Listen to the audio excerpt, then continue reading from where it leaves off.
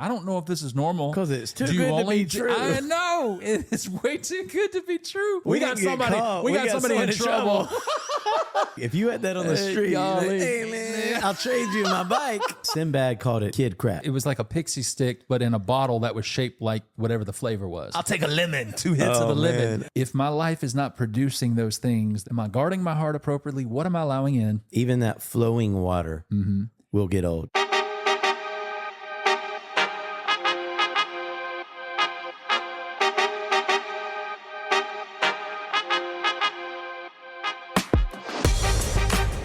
Well, hello again, everyone. Welcome back to another episode of Armchair Authentic, a podcast with your friends, Rhett and Justin.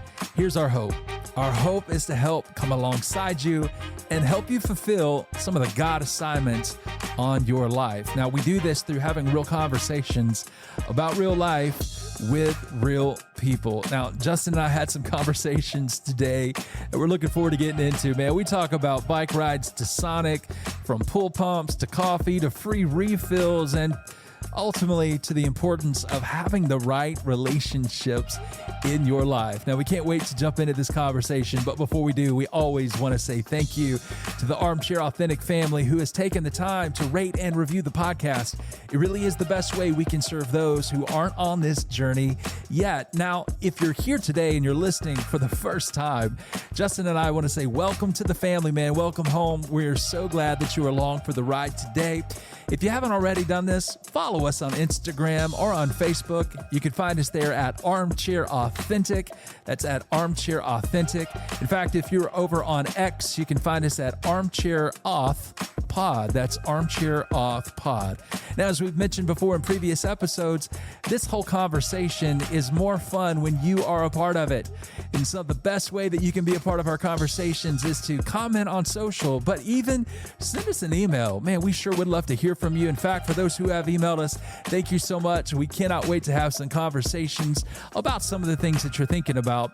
But until then, if you're on the ride to work, you're working out, wherever you might be today, and you're thinking, oh my goodness, I sure would love to have this question answered, or thinking about, I wonder how they would, approach this topic. Would you email us? You can email us at info@armchairauthentic.com. That email is info@armchairauthentic.com. All right, now on to the conversation. You guys ready? Here we go. So one of my fondest memories was growing up, and we had the flexibility to go really and do so many things because, as we've talked about before, our dads were both single. So we came from divorced homes, and they were just working really hard. So we had a lot of parameters. Not that it was necessarily permissive, but we just kind of found something to do during the day. And the location that we lived, we were in an apartment. So that alone was just our own playground that we could do so much. Well, it was a different day and age then, too. I mean, we're talking the late 80s. We had freedom because our dads were at work and we were these latchkey kids at home. But there was also a lot of just, I don't know if it was the fact that the world we lived in just did not have the opportunity to see as much as we see. Right. Now, I mean, maybe all those same things were happening then. Oh, yeah. Child abductions and all the weird stuff that's out there. Right? Yeah. Oh, yeah. So it probably was going on. There was no device telling about every single breaking news story coming out from every city on the planet in a matter of 10 seconds, right? It really gets your stress and your anxiety just boiling. Yeah, so there's a lot of trust in them allowing us to kind of like have a free-for-all in our pretty decent sized apartment complex. And I think that's what gave us extra freedom. It was because most of our friends lived in neighborhoods. Mm-hmm. And I feel like everybody had a house but us. Yeah. But what we got out of it is we live close to the stores. We live close to all the shopping areas. Yep. Which made it fun. And I love getting to just go on our bike rides. It was a big deal to cross that massive intersection. It was. Yeah, to pass a couple gas stations. At such a young age. To go through the drainage ditch area, all the way over to the Walmart. That's what my dad calls it. Well, yeah. You going down to the Walmart? I'm like, Dad, it's Walmart. It's we the did Walmart. A lot of the Walmart. And what used to be a Food World, they don't exist anymore. No.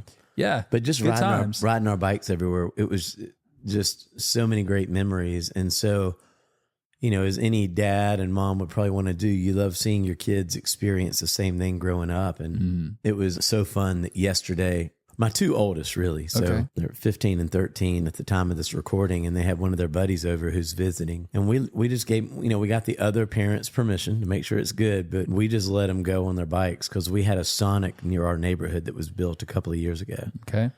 And so we've never let them go that far on somewhat of a busy street. And so they went there, and that was fun just to kind of knowing that, I'm tracking them on the phone and I'm seeing that they made it there. Oh, what a huge difference. And I mean, come on, man. I know. I mean, like, tracking so them on great. the phone. I was like, the Find My thing, that, like, I'm so grateful for that. I love that feature. Oh man, it's so good. It just brings so much, I don't know, safety and comfort to you to go, okay, I know right where they are. Oh, right? yeah. Oh, yeah. It's like I knew they made it, so we're good. So what I did was I needed to get some actually information to the guest that was at our house from his parents. So once I knew they were there, I took my car. I ended up getting to Sonic. They were having the time of their life, sitting at the outdoor table, placing their order. Did they know you were coming, or was that kind of like your dad, like little oversight where you're like, I'm just going to show up and check on them? Well, the fact that my oldest response was like, I knew it. I guess it may have kind of showed my hand that it was really me just finding a way to check up on him. Hey, here's some info I needed to get to you. Yeah. But yeah, I think he was on to me. But they wanted some ice cream, so they ordered their blizzards.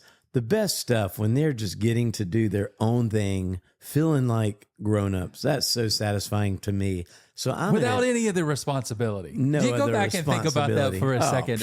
When we would go, we weren't thinking about. We didn't have school to go to. No, had nothing. Our dads were working, providing. We never had to think about anything. It was summertime. We didn't have everything, but like I think. Like a kid, like we didn't have a lot, but like we didn't know we didn't have a lot because we just felt like, I don't know, at least I can speak for myself. Yeah.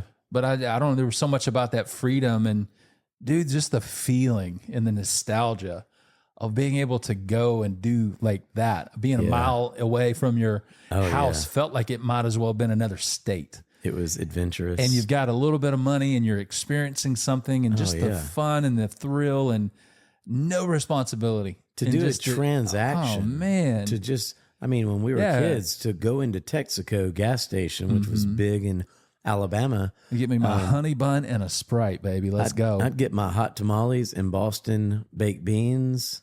Is that a candy? It's candy, yeah. Okay. And the sugary powder stuff that was shaped as fruit. You would take the top off and pour the powder. Oh my gosh. Powdered sugar. That's been a minute. I think dude. Sinbad one time on a comic relief, like a he lemon. called it. They had a lemon and they had a strawberry apple. and it was nothing but sugar in it. Yeah. It was like a pixie stick, but in a bottle that was shaped like whatever the flavor was. Yeah, Sinbad called it Kid Crack. Yeah.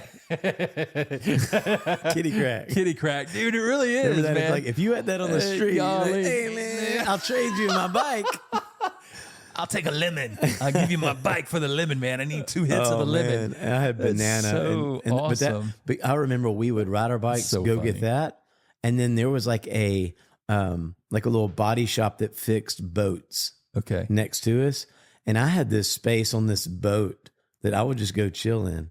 So there was this boat that would be worked on. I would go inside the boat, just like it's mine. Okay. And I would sit in the boat and eat my candy.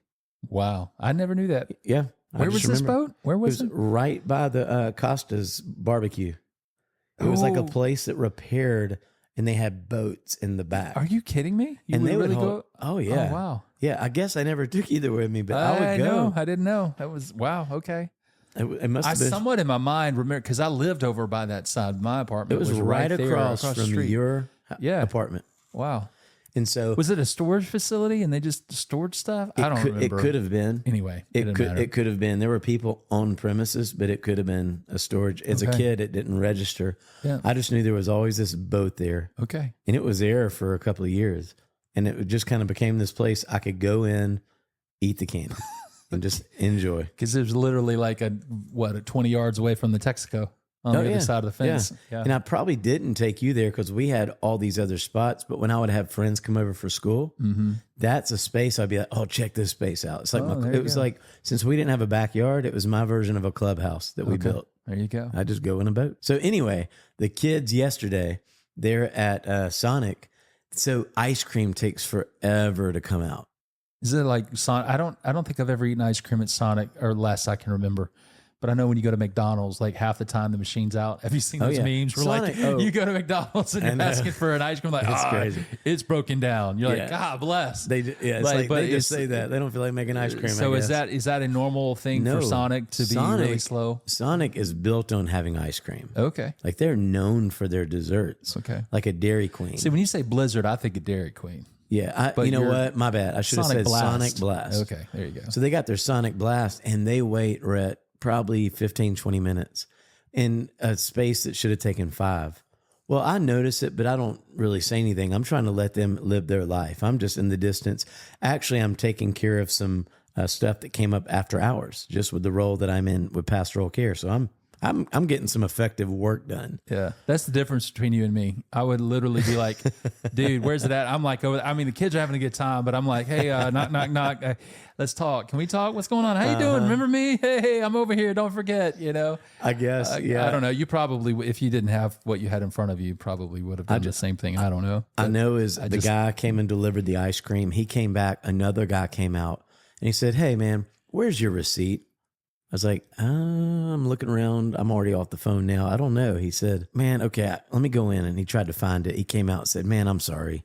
I was going to comp your ice cream, but I can't do it without the receipt. And I said, first of all, I appreciate you actually acknowledging that we were waiting, because I was thinking that. But I tell you what, I had literally just gotten a text from Summer, and we were just going to do a quick dinner and do it at the house. And I was going to drive some Sonic home to feed the boys and the guests. I told him, I was like, hey, I'm about to place this order. If you want to comp that amount and just give me that off our food. The difference. Yeah, that'd be great. Awesome. He said, all right, you just place the order. I start placing the order, and we're well over $18.75. And I proceed to tell the guy who I'm giving the order to, which was a different person, Chris was his name, told me to make sure he knew what the total is. I figured he's just going to take like I said, $18.75. Well, I never hear from Chris again, but I wait for the food. It comes out. Another guy delivers it. It's all been taken care of. And I'm so impressed. Yeah. But I'm even trying to talk to him. But Chris is back there working because there's a line, and he don't want to have to feel like people are waiting 20 minutes. But what was cool to me, I even just thought it in the moment. Like, he had the freedom, he had the agency of just to take action. He didn't hold back. I was not going to ask for a refund of the ice cream. Was he the manager? He had to have been the manager. I know people, you don't know how young people are anymore. He could have been like late in his teens or early 20s. The guy was young, and he took the initiative to step in and make sure I was a happy customer, which, now I can't help but seeing that Sonic different because he set a tone. That's awesome. And I just think that's cool. That's really cool, especially in the age of fast food right now, with how hard it is to find good people and for them to even be empowered at that level. What led to that? Yeah. I couldn't imagine if that's not a manager and somebody's doing that. Great job. You shouldn't even have to have permission to do that, in my opinion. Right. You should have the authority to be able to walk in that. Right. And I don't mean to interrupt your story, but when you were telling that part and I'm asking, is that the manager? I'm thinking about the coffee house we went to the other day. Oh man. Wait, do we want to call out the Santos coffee? Oh yeah. Yeah. So is it Santos or Santos? I don't know. Let's say Santos. It sounds more fancy. So it's my way of, like, when I go into a Mexican restaurant, my wife always messes with me. She's like, why do you try to talk different when you're in a Mexican restaurant? I'm like, I don't talk any different. She says, yes, you do. So when they come up and like, what would you like to have to eat? I'm like, I'd like the enchilada, the burrito. And I'm like, I'm like, what is happening to me? I'm like, I don't like enchilada, quesadilla, Hey, family, mas por favor. Let me order for y'all here at Carrabba's. Hold on one second. Yeah. I'll take the spaghetti and the lasagna. And the pizza. I don't know what it is, man. It's just like, what is going on? And I don't even know I'm doing it. She's like, you're doing it. I'm like, am I? Yeah, it's like gracias. I'm like, you never say I know, but I'm like, gracias. It's like a lady on the Food Network who used to always be on there. I forget her name, but she would just be talking like this, and this is the food we make. But she makes this Italian dish. But when she said mozzarella, out of nowhere, the Italian came out. She's like, and I love to make the mozzarella. But then she'd get back to this talking. The mozzarella. But the Santos, that's what got me on that. Like, but so we'll sound a little bit fancier. Santos. When we go to Santos Coffee, it's just a coffee place in the Birmingham area. And we were there the other day. Yep. And there was a young man behind the counter. Great guy. And you were taking me there. I think it was my first time. It's in the Mountain Brook location. I was trying to introduce you to Santos Coffee. It was the Mountain Brook location. We're talking about giving authority to people. And so the young man behind the counter, you were telling me like, hey, they do free refills here or whatever, right? Because they will do, and this is what's great. They'll do free drip refills. And if you're not a coffee person, drip, that's just saying whatever the brew is, the brewed coffee they normally have, like a commuter maybe, whatever. That's what drip coffee is. So I knew they do free refills of drip coffee. Yeah, when we were there, you got your normal coffee, and I got my little vanilla latte. I've always talked like that. Anyway, and I don't know how, but you were talking about the free refill thing, and did I ask the question or did you ask the question? I don't know how we got on it, but either way, some way, he said, oh, yeah, we'll do free refills on the specialty drinks. When he said that, that's when I jumped in and I'm like, hey, hold on. Did I hear you right? I said, I know you do free refills on drip coffee, but I think when I was asking him that, I was leading him to probably say that. But I was like, so you're saying you will actually refill like espresso drinks? He's like, oh, yeah, but we only give one refill of the more boutique drinks, the espressos, the lattes, the caramel macchiatos, the mochas. And I said, whoa, okay. Yeah. I'm going to change my drink order because I want a refill. And this is amazing. What a great service. Now I think we're talking it up so much. He's got to go with it. Yeah, because at the end of the day, I was like, wow, that's great. Awesome. I mean, forget Starbucks.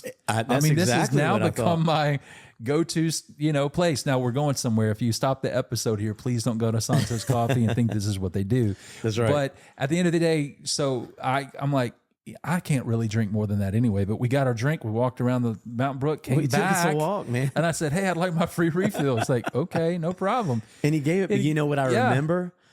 In the distance when we walked in, I still remember him talking to this girl who I guess had taken over the shift. And I was reading his lips, just, when you're observing somebody, but you're not trying to act like you are. And it looked to me like he said, hey, by the way, I told these guys that they get refills on specialty drinks. Let them go ahead and have the refills. That's how I read that moment. I just didn't say anything. And I wanted to see how they were going to handle it. Well, we walked away thinking that this was just a normal thing. Yeah, because we went back in, by the way, and she made our refills, didn't even ask questions. Yeah. I was like, wow, this is great. All right. Awesome. Right. So then I go and have a meeting at another Santos Coffee over in Homewood. Yeah. And I go up and I'm like, hey. Because you're a fan now. Yeah, I'm a fan. I'm like, dude, this is great. And I walk up and I'm like, hey, I get my thing. I come back afterwards and said, hey, I lay it up. I'm like, dude, I don't know if this is a normal thing or not. I said, but it was brought to my attention the other day when I was in Mountain Brook, and I went through the whole thing, and they said, oh, okay, no worries. Yeah, they just went with you. They went with it, and they gave me a free and I was not trying to be manipulative. I was just simply stating, I don't know if this is normal. Because it's too good to be true. I know. It's way too good to be true. So, but they did it. I was like, golly, this is great, And I even got a refill for the guy that I was meeting with. Yeah, and he was like, wow, really? I was like, yeah, I know. We're like Santos Coffee, like, this everybody. Is it. So we're about to give a huge everybody. shout out. And then we have our small group, one of our last small groups over at the Santos. Was it Santos? Yeah, it was Santos Coffee over in the Colonnade. Off Overton Road, Colonnade area in Birmingham. That's one of our so they shopping have different districts. Locations. And we're there and we're talking about this. We're going in telling our people about it. Yes. As we're talking to the guy. As And we're placing our order, like, yo, and dude, he- you're going to love this place. we don't you even get free refills. We don't even on need to specialty ask the drinks. manager because No. clearly we know how Mountain it Brook, is. Homewood, So now the Colonnade. We're in the We are presence in heaven. of the workers, and they're Yes. hearing us shout the praise to our small group guys. We're Yeah. like, hey, listen, if you get the fancy drink, what I love about Santos, they'll give you a refill. Oh yeah, and then we caught the eye. I could And just he see that looked other at guy us. over here making coffee, kind of look at us and walk over, and go, "I'm sorry. Wait, can y'all talk to me about this? Like what? You know?" Yes, And then we we told him. clarify, and I told the story, Mountain Brook, and I told the story about Homewood. Literally, and I'm going, "Oh God, I think we've just got caught. we got didn't get somebody. caught. We got somebody in someone trouble." That's why the names of these baristas remain, That's because right. they have more than one. But anyways, unless there's only one girl that works at Mountain Brook, then we really I live think for we're her. good. But yeah, and he was like, "I am so big smile on his face. We'll do this one time for y'all today, kind Yeah. of thing." But I want you to know, as the manager of the managers, This is the guy who trained all the Santos people. he said, "I'm so glad that you're telling me because I actually oversee the managers of those stores, and I'm going to ensure we clarify that we do not do this for specialty drinks." That's right. And I was like, "Oh, and to crap." save face a Oh, little bit, man. he probably did. He was nice. He was saying something like, there are times we can choose to do that for somebody. Yeah. But we don't make it like a rule that Yeah. you just get refills. Now you do get it. And he took it back to what I thought in the first place. Yeah. You get free refills on drip coffee. Right. And so it went So- back to how it was for me the first day I took you there. So it's kind of like Starbucks. Like if you're not happy with the drink the way they made it, they'll replace it or give you Right. and I'm imagining that kind of authority has been given to the employees at Yes. Santos, which is, I'll tell you, man, I'm a fan. I'm still a fan, regardless of that not being the case. But I just couldn't believe how we all of a sudden were here. We didn't know I'd said we got caught. We weren't like knowingly thinking we were doing something wrong, but Right. like it's just, oh wow, we just brought to light to the manager right. of managers. I know. But the cool thing is, I will say this, yeah. even after all that happened, Oh, dude. I had someone from Nashville who's a friend of mine who works Yeah. in the music industry. They're coming through town on the way to the beach, and they wanted to spend some time together, which I was so glad to see him. And you know where I said, let's meet? Santos. Santos and Hoover. Oh. So we have hit all the locations now as we're talking, at least most of I them. didn't know it. So is there more than that one? I didn't know if there's more. Oh, yeah, it's Okay. right by the Did you do the free the refill Hoover thing? Met. No. So if you're Oh, listening wait, to this, wait, I take it back. I Yeah. take it back.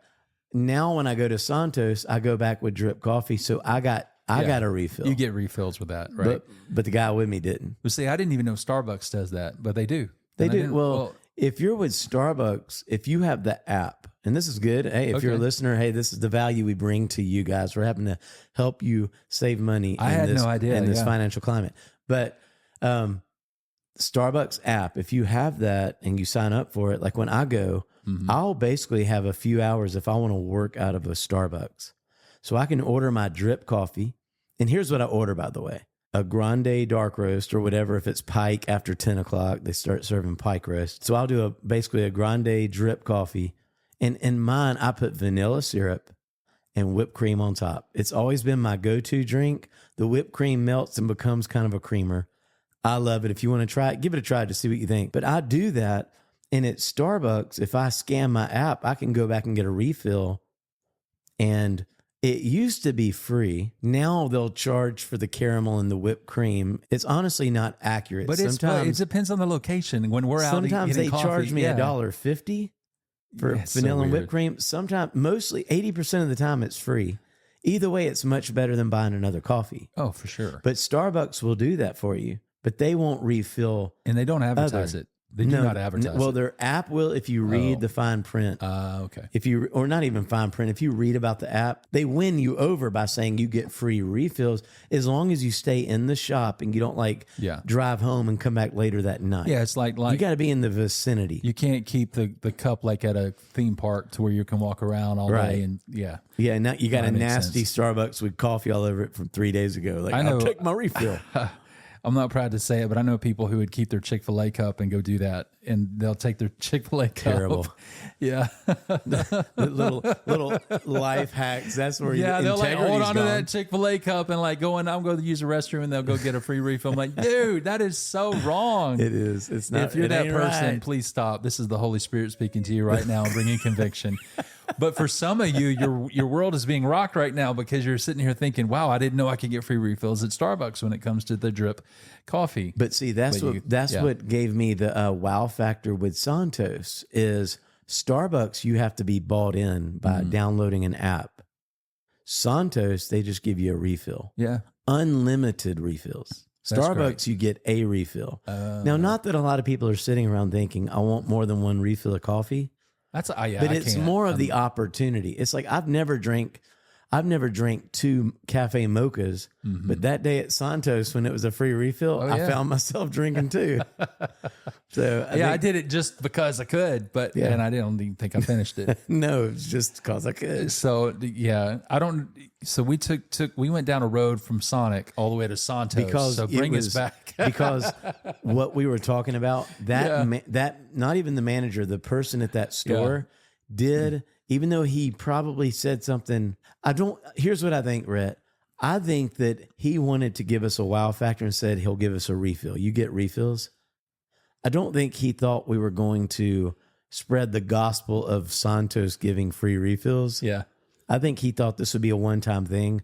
He'll never hear from it again. Yeah. We took that as, wow, I know. Santos coffee. Well, we were really close to bringing it on this podcast going, dude, I will talk this place up all day on this podcast, and we will send you business. And we would have been taking it back. And by the way, I mean, it's a great coffee. It's probably, I don't know, when I think of the best coffee so far that I've had as far as espresso, it's really good. Really good. And they got good vibes. Yeah, good vibes. Better than Bones coffee from last week's episode. Which we did drink this morning, by the way. It was really good. Yeah, it is good. Yeah. I didn't mean to knock the brand. When I listened back to last week's episode, I was like, it's so funny. My son listened to the episode, and then he comes in immediately, and he looks at the bags like, God, this is the coolest thing ever. I was like, he said, I think this has got a great look and vibe and really cool. I was like, awesome. It looks like it's Pet Worldy. And he was like, I don't know what that means, but even after listening to us try to explain it, but anyway, it's interesting the generational difference. It is. Well, it is. Yeah. So I'm like, obviously I'm not their demographic, I guess. So different. But it's great. But it was good coffee. I will say this, which was fun. The boys got on their bikes once they were done. I waited for the food so that they could be by themselves. And I'll tell you, man, there's nothing like the summertime. It's hot. They're on those bikes. They are getting sweaty, getting exercise. By the time I get home, they're in the pool. I mean, they're living their best summer life. And you know what? What? That was probably the first swim that they could have done this, because last week I go home and my pool pump went out. Well, that's not good. No, it's terrible, bro, because I try to keep a nice, clean pool.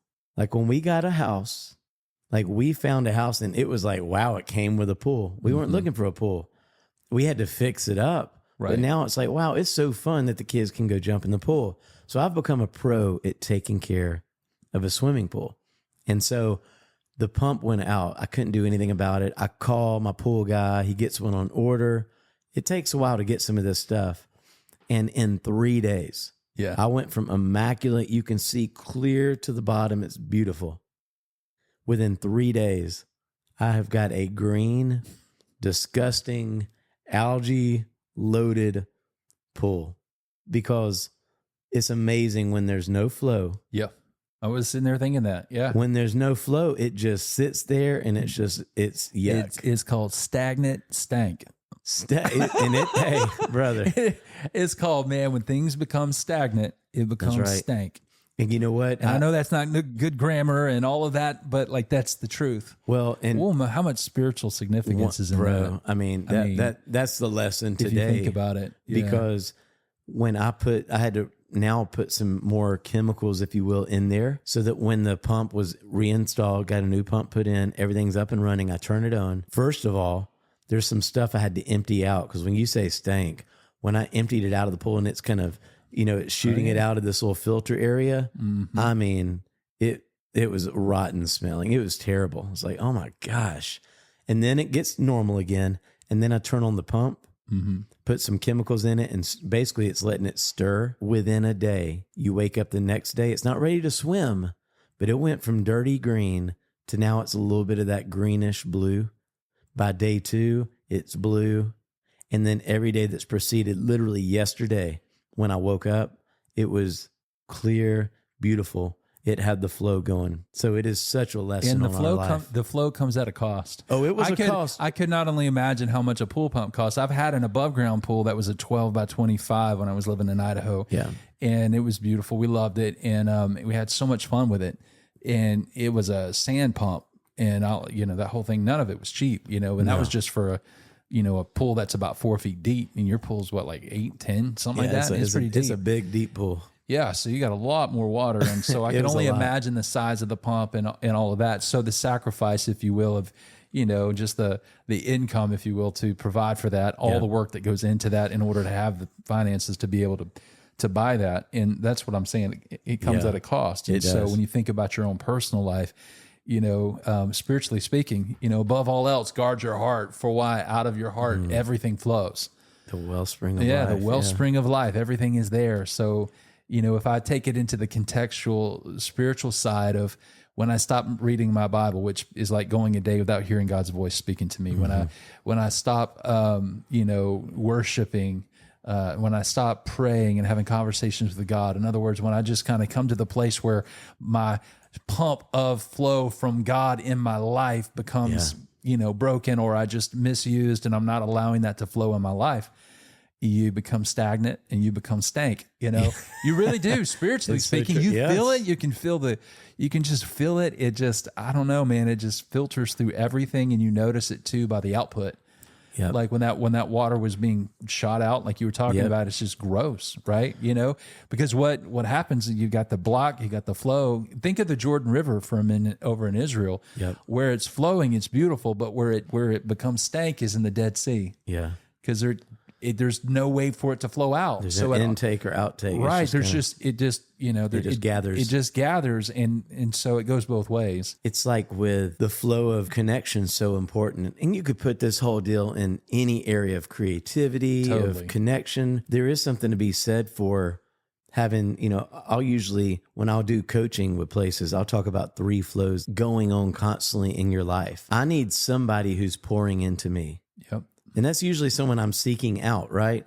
And that might be your pastor. That might be a counselor. That might be a coach that you are personally investing in. And a lot of you out there, you are investing in a coach in your life, or whatever it might be. But you're listening to albums, whatever it is, you're finding a way to have it invested into you. So there is that flow. But you also got to have that flow of contemporaries, like connection with people in your life that you're doing life with, their friends. We've talked about that in previous episodes. Yep. And then you need to be pouring into somebody. So there's something powerful about having it poured into you, living with those cohorts, those like-minded people in life, and also having the mentees that you're pouring into and they're learning for you. And it's this cycle that goes on. And to me, that's the flow. That when the pump goes out and it's not working, when those 3 things aren't living in your life, that's what dries us up. Because if I'm just collecting over here from this person and I'm learning, and now I'm just gathering with it and I'm doing nothing, it might seem like I'm getting this great info, but eventually, if it does not flow, it's going to become stinky. Yeah. And so in the same way with our relationships in our life, we can't just take it all in and hoard it and just keep it all to ourselves. Right. It has to be discussed. And me and you, even when we're doing these podcasts, we have as 2 contemporaries, we ideate together. We get things out and we talk about it. It's not like a negative rumination. It's just talking about it. You're getting it flowing. And then I find myself pouring into people that I feel like have just been placed in my life, whether they've pursued me or just somehow we're in each other's life. And there's a bit of something that I can give to them that continues the flow. Justin, when I think through this concept of flow in, flow out, I ask myself the question, who am I allowing to pour into my life. Mm-hmm. And maybe not even who am I allowing to pour into my life, but what am I allowing to be poured into my life from, the things I watch, the things I see, the things I listen to, obviously the people in my life. Yeah. But then who am I also pouring into? I think as I reflect on that, I think it's so important.